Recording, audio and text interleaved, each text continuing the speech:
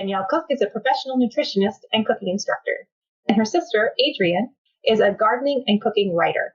We're excited to have them with us today for Can I Substitute? Using what you've got to make a meal for a live online cooking demonstration. And with that, I'm going to toss it over to Adrienne and Danielle. Take it away. Thank you, Lindsay. Good morning, everybody. So I'm going to start the program by talking about the part of the larder that some of us don't even think about, which is our fresh vegetable larder. We can, in fact, keep fresh vegetables just like we can keep canned goods, only maybe not for a couple of years, but certainly over the course of the winter. Certain fresh vegetables we'll keep. So we're going to talk a little bit about how to store fresh vegetables. And then after we're done with that, and I'll field some questions, then we'll hand it over to Danielle, who will address some of these, the challenges that you face when you open your larder and you're trying to figure out the stuff that's in there or how to substitute things that you don't have. All right. So first of all, the most common keepers are going to be onions. We all know keep for a very long time. And apples, different hard flesh fruit. Apples are the primary ones. But then in this time of the year, we're getting a lot of hard shell squash. So we've got some different varieties of hard shell squash, including a tiny little spaghetti squash. So this is an acorn, actually. It's a double acorn squash. It's got two lobes instead of one. Sometimes they grow like. Danielle, help me out here. The large starts with a Y. The green one you're talking about? This one is the red one is the bright orange one. The curries, yes. The curry. It comes in green. And then the other green one that you've got, the flatter one, looks like the Italian one, the Farina di Chioggia that I have been using. It's a different variety. Okay. Thank you. I think these are both curries. I lost it for just a moment, but these are both. This is a red curry and a green curry. So the main thing that you want to look for is a squash that still has its stem on it. This is very important because as soon as the stem comes off, it'll open up an area right at the top of the squash where it can start getting bacteria. Rotting deterioration of the squash can begin at that point. So make sure that you find ones that have stems on them and leave the stem, just like with the onion. If you're storing onion long term, don't take the peel off, don't take any of it off. Don't even take the stuff that's coming off. Leave it on. See these pieces. And what we're going to do is we're going to find a space in the house or outside the house or near the house or under the house that has a constant temperature of below 60 degrees. We can reach that. The ideal temperature for any of these, for long-term, we're talking here long-term, these will probably through maybe not through next spring, but until next spring, until about March, 2 to 3 months, if you take good care of them. So you're going to have a space like that, and you want to put them on a shelf if you have a shelf. If you don't, put them in a box, just a cardboard box. I actually like to use cardboard boxes that have divisions in them. If you don't, that's not a problem. You can just put them together, separate them with something. If you're still getting newspapers, that's the ideal situation. And of course, a lot of us aren't getting newspapers anymore. But you can use packing peanuts. Or if, like me, you accrue a certain amount of straw during the summer months, using that as a mulch in your garden, and you've got some extra left over, put a little bit of straw in there and keep them separate so that they're not actually touching. That will allow the air to circulate around them and prevent, if one of them begins to rot or deteriorate, it will prevent that from actually, attacking or getting on the one adjacent to it. The other thing I forgot to mention are green tomatoes. We're picking our green tomatoes now because it's coming to the end of tomato season. And these are very hard, early green tomatoes. In other words, they're not even beginning to ripen yet. And when they're hard like basically they feel very much the same. You can tuck them into a cardboard box like this and put several of them in here, all separated by the division. You can always put a little layer of something on top of there, like a piece of cardboard, and stack another one on top. And you can keep them like this for about 2 or 3 months. At least maybe 2 months, maybe not. But anyway, And then you can use them in the course of the winter. And there are uses for green tomatoes, or you can take them out at some point and bring them into the house and allow them to ripen. They won't taste as good as they do when they're ripened on the vine, but they are, homegrown green tomatoes. I actually prefer to use them green. So I just slice them up, saute them into, coat them with a little bit of cornstarch or flour and some seasonings, and then saute them in a little butter or oil and serve fried green tomatoes. Wonderful Southern dish, a comfort that's great to serve with almost anything. So this will all be part of your lawn. Now let's talk for a minute about apples. Apples like to be stored at even a lower temperature than 55. 55 does fine, and you can carry them through for quite a long time. But if you have a spare refrigerator, that's a great place to store apples in the bottom of your refrigerator, and they will for again weeks and weeks and weeks if they're stored at 45, 50 degrees, somewhere below the 55 degree mark. But leaving them again in a cool basement is definitely a step in the right direction. It's certainly better than leaving them on a countertop or in a basket on your on a shelf in the house. So try to in a place that's 55. Ideas for that would include a garage, a room in your house that you might not be using that you can seal off. In the old days, it used to be pantries that we had, which had windows in them, and you could close the door. There was no heat in the pantry, and that made a perfect place to store lots of different fresh produce and other types of vegetables over a period of time, varying in different degrees according to how long each of them kept. And then the other option is if you've got an apartment with a balcony, you can get a large box and put them in the box. Again, you want to put some peanuts or something like that in there to keep them separated, and leave them outside. Put a towel or some sort of an old piece of like an old comforter or even an old pillow on top. Keep it insulated so it doesn't get frost or freezing temperature. And if it gets very, very cold in January, sometimes it does, just bring them in at night if the temperatures just are well below freezing. But really, if you've got a southern or ocean facing balcony, it should survive. Hey, Adrienne. What else do we? Yes. We had a question. So what do you do if you don't have a balcony and you live in an apartment? What would be your suggestion? Right. Do you have a wine cooler? Because if you have a wine cooler, a wine refrigerator, that's a great place to store vegetables.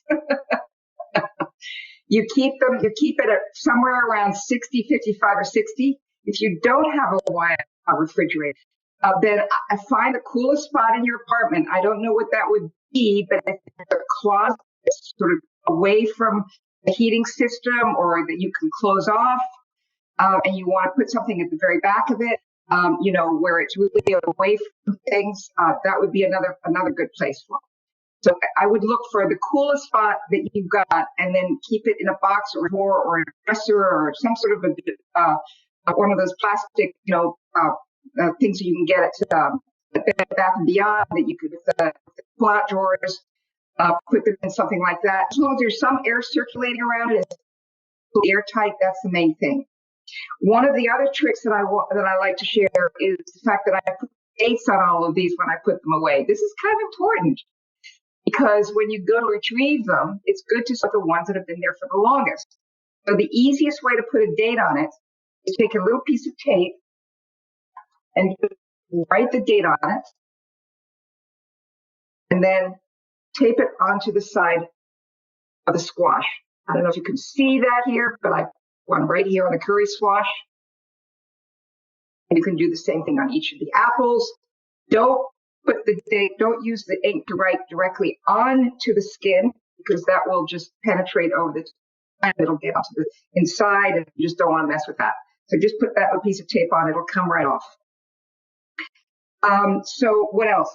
The things that you can, we talked a little bit about what you can store. You could also store garlic.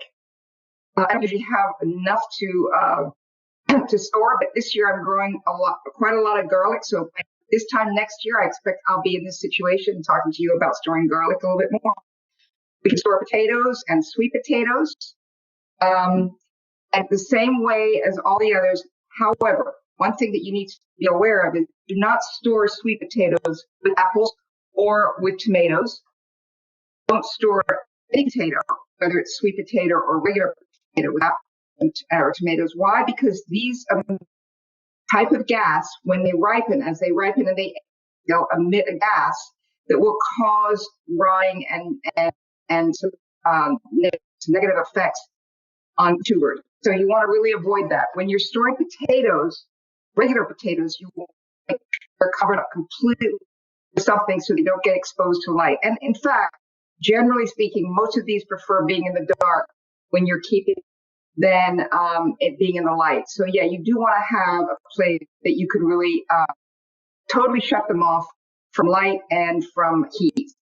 And they will keep, unless they get, somewhat might get, by the way, the other thing that I should mention is that when you have these little blemishes on the outside of the squash, whether they're pumpkins, there's a lot of pumpkins, there's some new pumpkin varieties that have lots of these warts all over them. They're very attractive.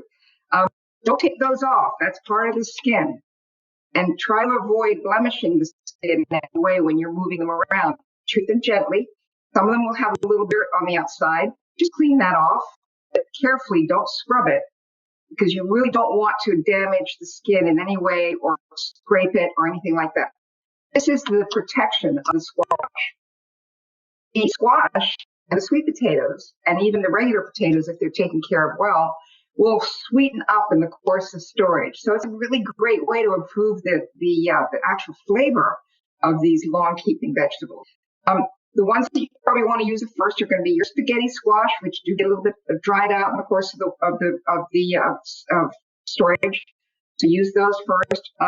But all these other ones, the acorn, the pumpkins, and the curry squashes, and turban squashes, various hard shell squashes that are out there that are edible, just leave them alone until you're ready to use them, and then make sure you get the ones that are in there early. So with that, I think we can move on. Adrienne, I have a quick question for you. What about rodents when you're doing long-term storage? Do you have any? What do you suggest? Trying to keep them away. Such a great question. You know, a lot of times, even in our best taken care of basements, we'll get mice down there, and in the garage, that's pretty commonplace. I would definitely make sure that you put some traps around wherever you're going to be storing your vegetables, whether it's apples or onions or any of these things. You're going to have a lot tougher time getting through these squashes. They probably will stay away from the squash, but they'll definitely go after your green tomatoes that have the thin skins, and they'll go after things like apples. So get those traps out and try to keep them in something that has a lid. That won't necessarily completely prevent it, but it'll certainly reduce it. And if you check them regularly, go down there maybe once a week, you'll take a look and you see any evidence of like droppings around the area or maybe a little bit of gnawing, grab that vegetable, whatever it may be, cut that part off and use it as quickly as you can, and get those traps going. You know, get them reset and try to keep them away. So that would be my best recommendation. But you know what? They've got to eat too, so occasionally you will get a little bit of that going on there. Hopefully not too much. Awesome, thank you. So yeah, if you're ready, maybe we'll toss it to Danielle and check in with her and the recipe that she's going to make for us today. All right. So hello, everybody. I'm taking over the camera for a few minutes because I want to talk to you about a great ingredient that you can use in substitution, or as a showcase as the main ingredient. And I'm hoping this is going to be something that's going to be of interest to folks, and perhaps something not only new to learn, but to motivate you to go out and buy some mushrooms. So the wonderful, wonderful mushrooms, which of course we know we love, fresh, so many varieties, and so versatile, so incredibly versatile. And you will be using them year round, I'm sure. But do you use them dried? Do you use them canned? Do you use them frozen? There are lots of different ways of using this great ingredient. And I want to talk to you for a few minutes about these different varieties, and then I'm going to take you through a recipe, which you can use, you can freeze, you can reinvent, you can use in multiple ways. So the cool thing about mushrooms is we get loads of different varieties in tiny little packets of anywhere between a half an ounce, 3/4 of an ounce, an ounce.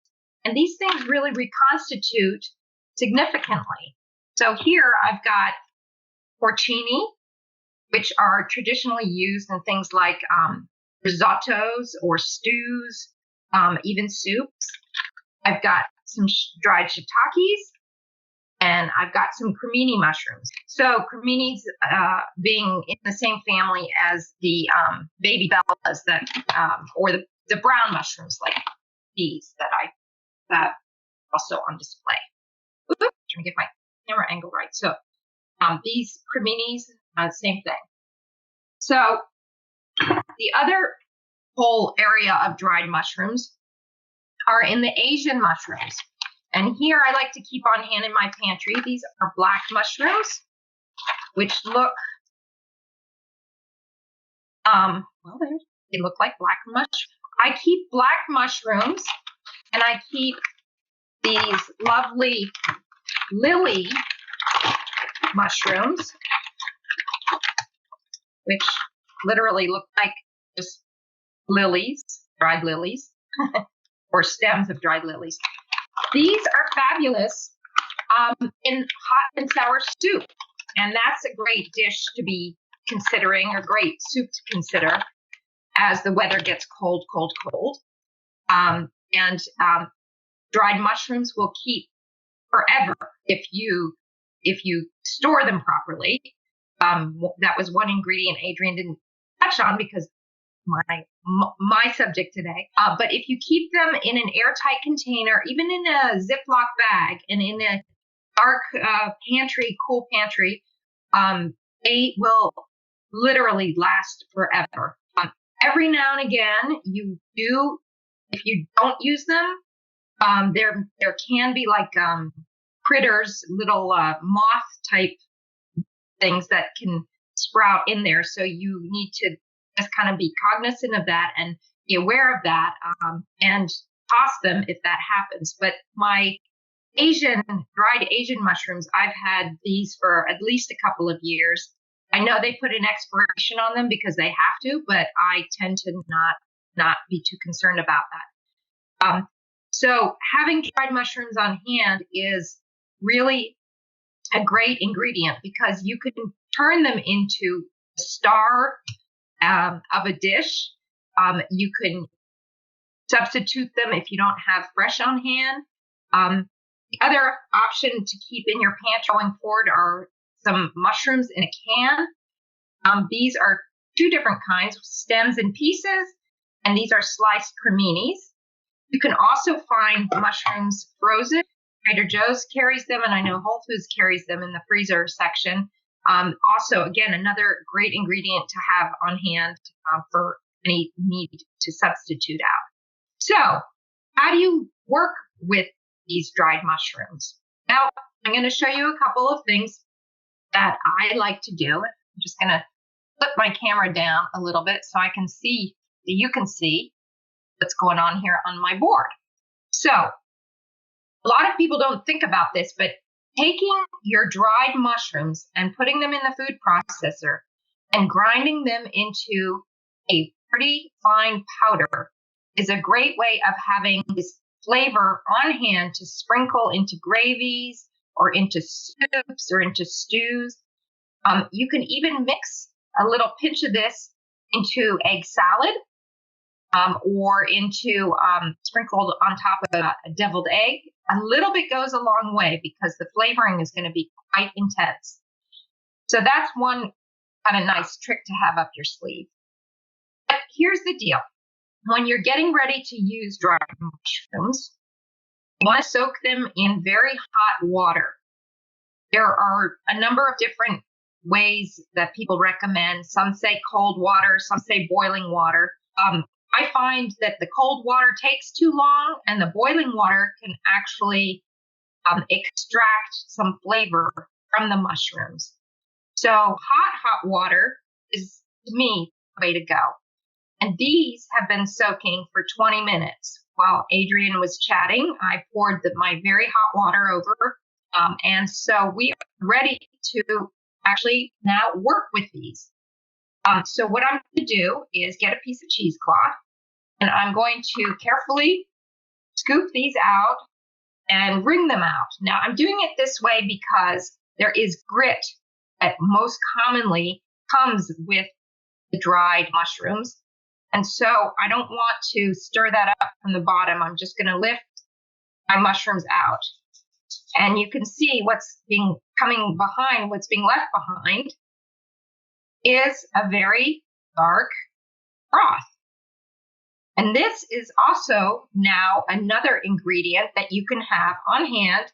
If you're not going to use it with whatever the dish is that you're making with the dried mushrooms, you can strain out. I would do this again through a piece of cheesecloth, drain the broth, and either freeze it or refrigerate it, and you save it for a future use. I'm going to set the broth aside for right now because we are not going to be using it today.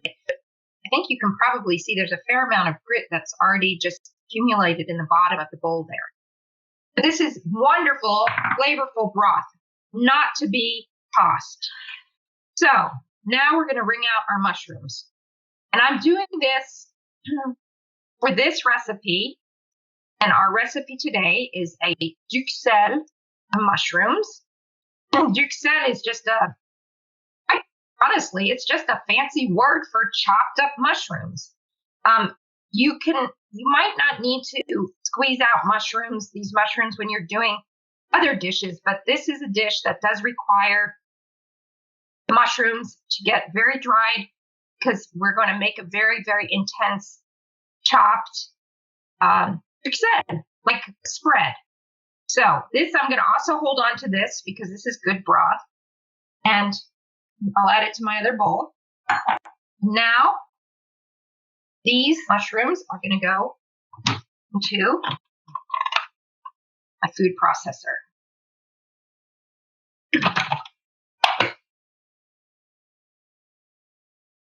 And they're going to be finely chopped. Tilt your camera up a little bit. We were just seeing sort of the bottom portion of your food processor. There we go. Okay. Thank you. Yep. So I'm going to pulse these.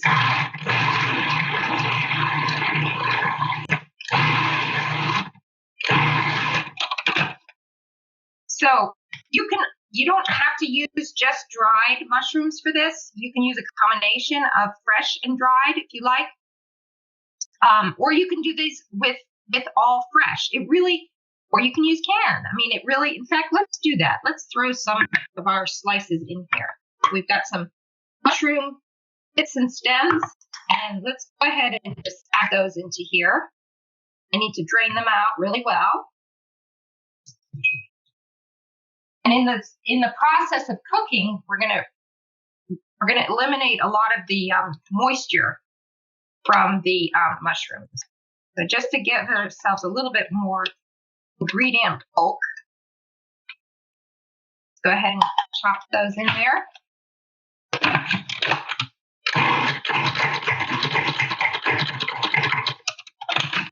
All right, so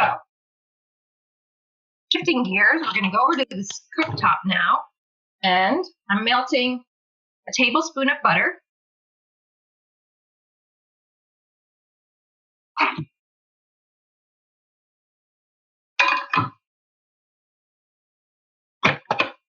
And I've already pre-prepped my other ingredients. So this is the recipe is going to be online. You guys will have access to it, of course. It consists of real simple, our chopped mushrooms, some shallots. So I'm going to go ahead and you need one medium to large, depending on how many This is based on a half a pound of mushrooms. I'm going to go ahead and add that in there. Give that a little bit of a stir.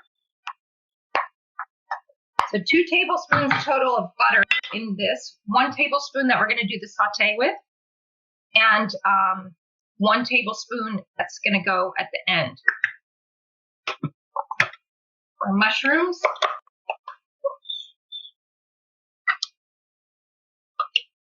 So the duxelle of mushrooms traditionally is a dish that is used in beef Wellington. That incredibly scrumptious holiday dish of the meat wrapped in puff pastry and then the duxelle of mushrooms. Also, like mixed in with it, or sitting on top. Adrienne's the pro with the Wellingtons in our family. Okay, so here, Danielle, we had a quick question for you. Can you use olive oil in this instead of butter? You could most certainly use olive oil, most definitely, or you could even use, a non-dairy substitute. Earth Balance would be fine. It doesn't have to be butter. Of course, butter is going to give it that real.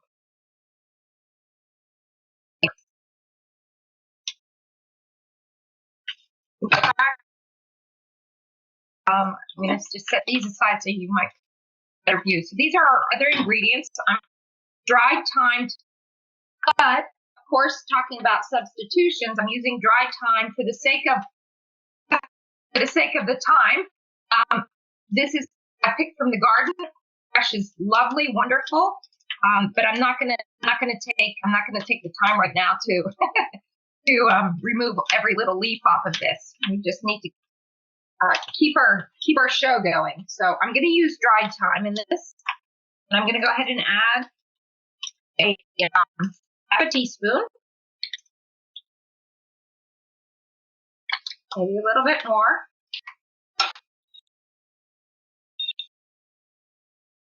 And you want to really out well, so you can see, you can hear the crack. All good. That's what you want. And this is a dish that really, it doesn't take long to. And then you can store it. You can store it in the freezer. You can store it in the refrigerator in a nice airtight container for up to a couple of weeks. And what we're doing here is we're just really drying all these the mushroom mix out so it gets very, very aromatic.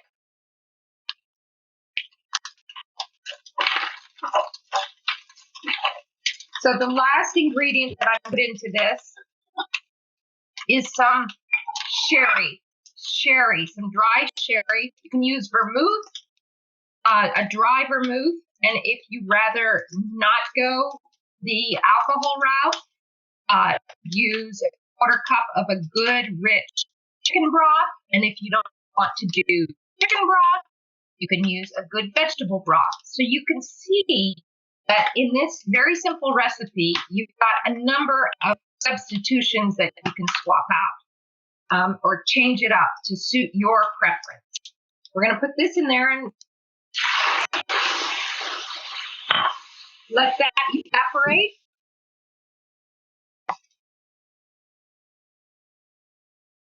Danielle? Yeah. I would also suggest apple juice. Sorry? I would also suggest apple juice or a mixture of apple juice and vegetables.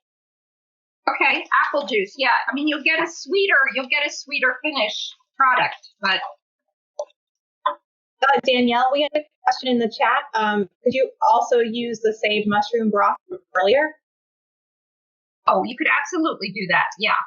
I will say that in using a wine-based vermouth or a sherry especially, I love the match, the flavoring of the sherry with the mushrooms. But you could absolutely add some of the saved mushroom broth into this.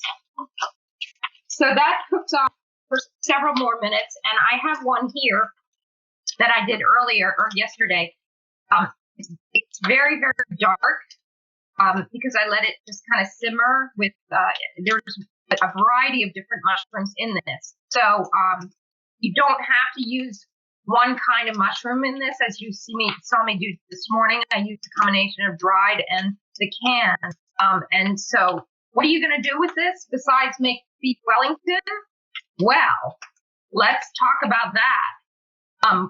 One great tip is to turn some of this into a compound butter. Now, compound butters are essentially softened, a good quality butter, a stick of butter or half a stick of butter.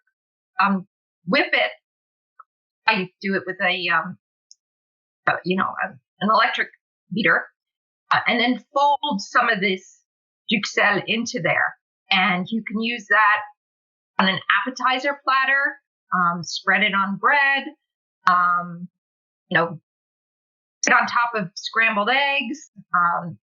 It makes a great, great appetizer. You could also turn some of this into a salad dressing by adding some red wine vinegar and some olive oil, maybe a little Dijon mustard, and have yourself a wonderful salad dressing for these winter green type salads. You can add some of this into stuffings. Holiday season, we're getting into that time of year. This whole thing could go into your turkey stuffing, or into even meatball. You can stick it in. So you can put it into stews. And here's another good one. Fold some of it into mashed potatoes, or use it for a Sunday morning omelet. It really is an incredibly versatile product or food recipe. It freezes. I don't know if I mentioned that. Freezes really well. Stores really well. It's certainly something that you can have up your sleeve or keep it in your fridge for all kinds of good uses. So with that, Danielle, some questions? Yes. Yeah. So we're talking about substitutions. So if a recipe calls for mushrooms and you don't have any on hand, or you don't like them, what could you substitute instead? Okay. So depending on what else is going on in your recipe, I think often I find, actually might seem out from left field, but I like substituting artichoke hearts. Artichoke hearts can really pop a recipe. If you're not a big mushroom person, I'm going to let Adrienne also weigh in on this because we always toggle back and forth substitutions. So do something. I would say olives is another possibility. Olives, yes, true. And you could use a mild olive like a black olive, or you could use one of the Castellanato green olives, rather than one of the salty ones. That would work very nicely as a substitute for mushrooms. I actually did make a dish the other night. It was a pressure cooker recipe with chicken and wild rice that also called for mushrooms, and I didn't feel like dealing with the mushroom with reconstituting the dried mushrooms. I put in artichoke hearts, a bag of frozen artichoke hearts, and it was so delicious. It was a great combination. Awesome, thank you. So here's a question about the duxelles. Could you put it in an ice cube container in the freezer and pull out a cube or two for like rice or quinoa, etc.? Absolutely. Great idea. Great use. Great use. I will say that if you're using dried mushrooms, the equivalent of dried to fresh is you need about 1 ounce, an ounce and a half. And I'll show you, this is 1 ounce. So it doesn't look like a lot. But this is going to reconstitute to a half a pound of mushrooms. And in this, if you were to use that whole bag, you would want to reconstitute it in at least 2 to 3 cups of hot water, because you want your mushrooms to be completely submerged for a good 20 minutes. Danielle, is there a nutritional difference between dried mushrooms and fresh mushrooms? Okay, so actually, there really isn't. Because in the process of drying the mushrooms, we're extracting the water from them. And so the dried mushrooms not only pack incredible flavor, but they retain all their wonderful compounds that they're known for, especially the wild ones, in terms of a lot of anti-cancerous properties. But here's another thing to keep in mind. We also know that whenever you're cooking with mushrooms, whether they're going to be dried or fresh or frozen or canned, if you can put them through, a cooking process that in which they get some kind of a fat, whether that's an olive oil or a butter or even duck fat, that will help the absorption into our bodies, and it will help retain those really important compounds in the mushroom. So that's it's like a fat soluble food. So you want to have a fat element in there. I mean, you don't have to, but that will maximize the nutritional value to the food. And do they taste different, dried versus fresh? Is there like a taste difference? Oh yeah, there's a big taste difference. My kitchen is smelling pretty amazing right now, guys. There's definitely a taste difference. I mean, fresh mushrooms, our sweet little white and brown mushrooms, they have this mild flavor by comparison to the dry mushrooms. And shiitakes fresh have a very distinct sort of wild flavor to them. But dried, that's even more intense. So yes, you don't always need as much of the dried as you do with the fresh. And you had talked about the broth that you had earlier. What are some other ways that you could utilize that broth? I love using it. It never sticks around when I have that because it goes straight into. The other night I made a grain bowl and I used the broth that I had on hand to cook my quinoa. And so you can use it. You can put it into grains, rice if you're cooking rice. You can certainly freeze it if you don't think you're going to use it up, but you could pretty much do whatever soup you have on hand.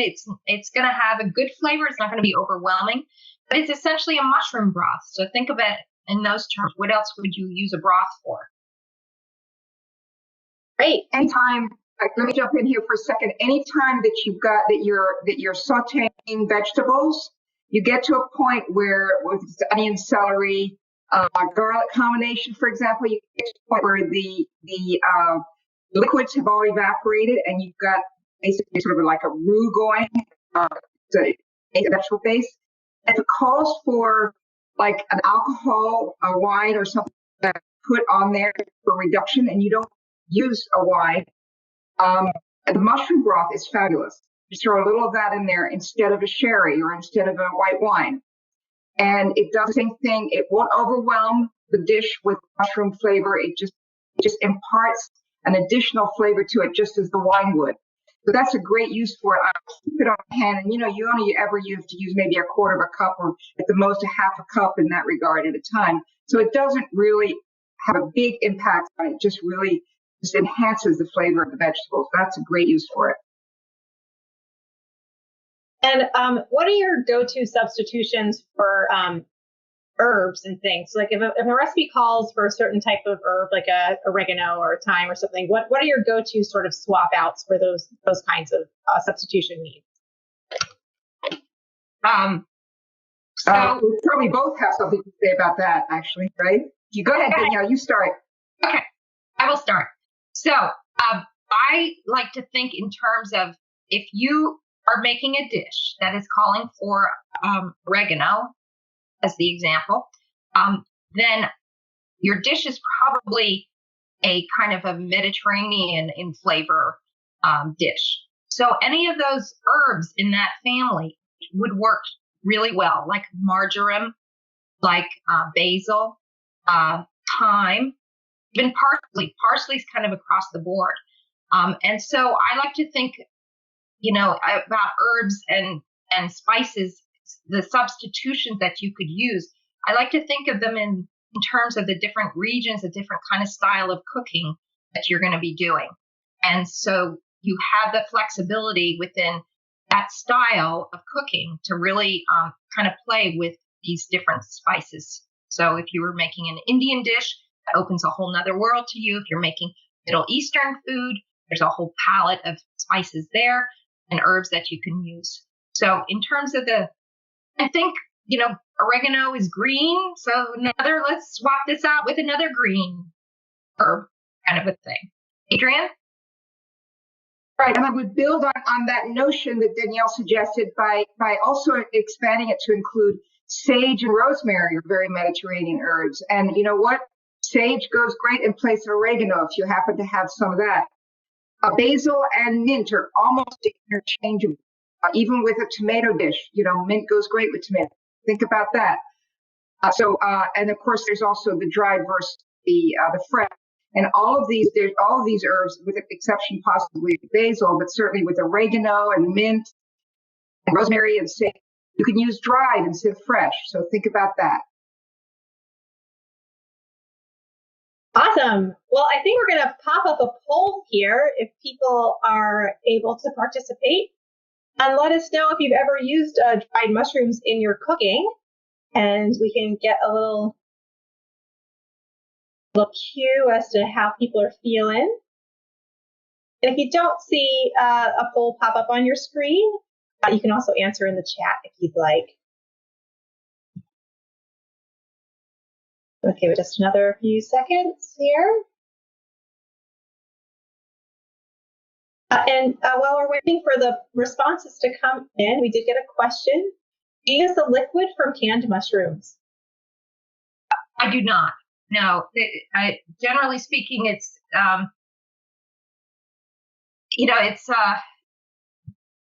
it's got a lot of most of the time it's got a lot of salt in it, and it's got usually something to preserve the mushrooms. So I just drain it off. It's not unlike the liquid from beans, although that has a little bit more of a nutritional component to it. But the beans is a whole nother subject. So no, I don't use the canned mushrooms that often. I think it's a really important, good ingredient to keep in the pantry, but I do not. Just so you guys know, it looked like a good portion of people had used dried mushrooms before in their cooking, and a handful also use them all the time. So, really fun. If you have not used them in a powdered form, I really recommend you go ahead and take even maybe a bag of dried mushrooms that you've had sitting for a long time and not sure, when you're ever going to use them again. Grind them up into a powder, keep them in a jar, keep them in your pantry, and just, sprinkle it into things. And they're so good for you. And it really will pop flavor. Wonderful. Yeah. For a minute, Libby, I just want to jump in here for a minute and just say that Danielle mentioned shallots as an ingredient for her mushroom duxelle. We use shallots in many, many different things. So we have on hand quite regularly. And this is one of those things. It's an onion family member, and it's mild. It's very delicious. It's used a lot in, in French cooking and European cuisine. It doesn't keep very well. So that's what I was saying before. Try to store it in an area that is cool and dark, and you'll get a lot more longevity out of your shallot than you will if you leave it on the counter or in a basket somewhere on your table, on your countertop.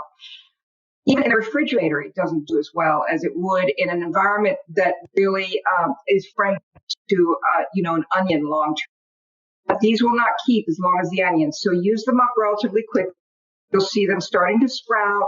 You'll feel them. They won't be hard anymore. They get a little hollow on the inside. That's a sign of deterioration in your shallots. So buy them fresh. Use them as quickly as you can. I mean, they'll keep a couple of weeks, but they won't keep much longer than that unless you really take extra precautions or extra steps.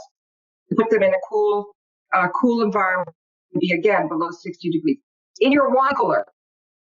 So, Adrienne, what are some other vegetables that maybe would not do well in storage? I mean, you said that there are certain ones that do better than others. Are there other ones that you would not suggest putting up for long-term storage?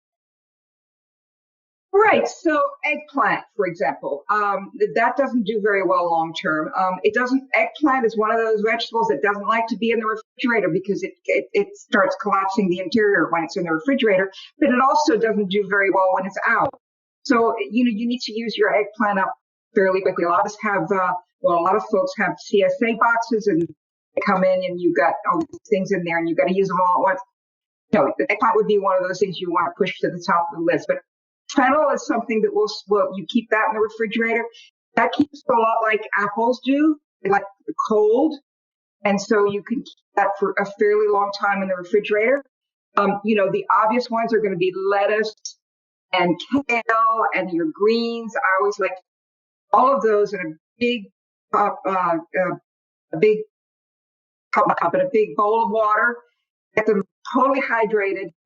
And then clean them all out and then put them in the refrigerator fully hydrated before you start storing them. You'll get an extra probably 4 or 5 days out of your greens if you do it that way. Again, long term, no, that's not going to do you any good. And tomatoes, you want to use them up quickly, the ones that are ripe, use them up quickly. These, if you don't want to store these downstairs in your basement or in your garage, you can leave these on your windowsill. It'll take probably 3 weeks for them to get ripened. Just generally speaking, carrots are another one that are very marginal. I don't like to store carrots long term with the potatoes, even though some folks have success with that. I have not. So I keep those in the refrigerator and try to use those up relatively quick. Beets. Oh, another thing that I should mention, anytime you're going to be storing beets or anything that has a green top, cut off that green top before you put it in storage because that just sucks a lot of the moisture out of the base of the vegetable. And so you don't want to store it with the top. So if you're buying beets with the beautiful beet tops, separate the two, put your greens in a big bowl of cold water, hydrate them, put them in a separate bag, and keep your beets either in the refrigerator or you could store those this type of thing in the basement for a little while, not too long, but they'll keep a couple of weeks. Okay, thank you. Someone we had in the chat, Grace shared that jars of chopped shallots are also available at some grocers. And I wondered, I feel like in past times you've talked about having frozen like cubes of garlic that you pull out of the freezer every once in a while and use. Could you do the same thing with shallots or no? Yes, you can. Absolutely. Go ahead. You can. I have not used jarred shallots, just as I don't care for the jarred garlic, but you can certainly chop and store. Here's another good tip right now. If you happen to have chives growing in your garden, they freeze beautifully, snipped into little, tiny little snippets. I've been pulling out, cutting back my chives in my garden, and I keep them in a Tupperware, or you can keep them in a Ziploc bag in the freezer, all snipped and ready to go. And that's another great ingredient, another cousin in the onion family, adds flavor into everything. So you could certainly take advantage of freezing herbs as well, certain herbs. Parsley freezes great. I like to wash and chop parsley, keep that in the freezer as well. Basil doesn't do as well in the freezer. And cilantro, forget it. So yeah, a lot of these herbs can be stored in the freezer. What about other types of vegetables and things can be stored in the freezer? Like I know I've seen sometimes people freeze ginger.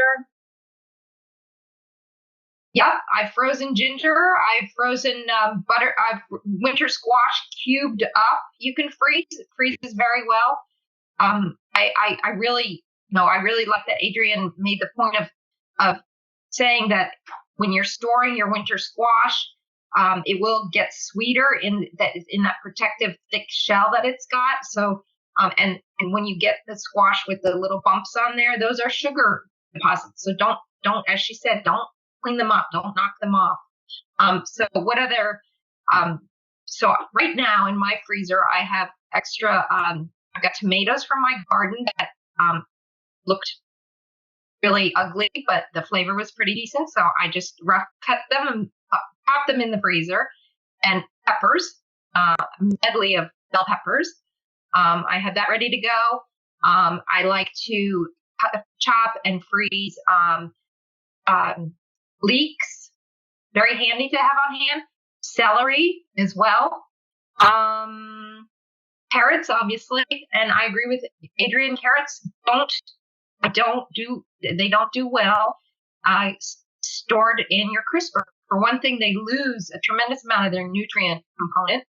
But then they, start sprouting these like hairy things, and they're just like, so you're better off almost cleaning them or peeling them and cutting them into whatever size you want and putting them in the freezer for a saute later. Yeah.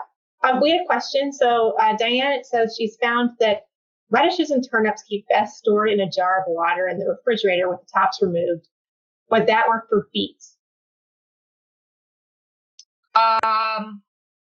No, I think beets store really well just in their own skin in the refrigerator.